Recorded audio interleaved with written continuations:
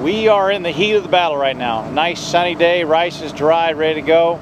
It's late October, which is unusual for us. We've seen a lot of delays, so we're all in a hurry, putting a lot of hours in trying to get this crop out.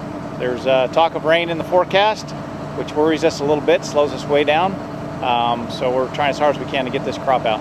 Well, I think I told everybody last year that last year's harvest was an anomaly. Well, this year's harvest is also an anomaly. Some odd delay in weather. Crops are about 2 weeks later than normal. We're kind of toward the end of October, which we're usually almost done by this time. I'm not even quite halfway, so there's quite a bit of work left.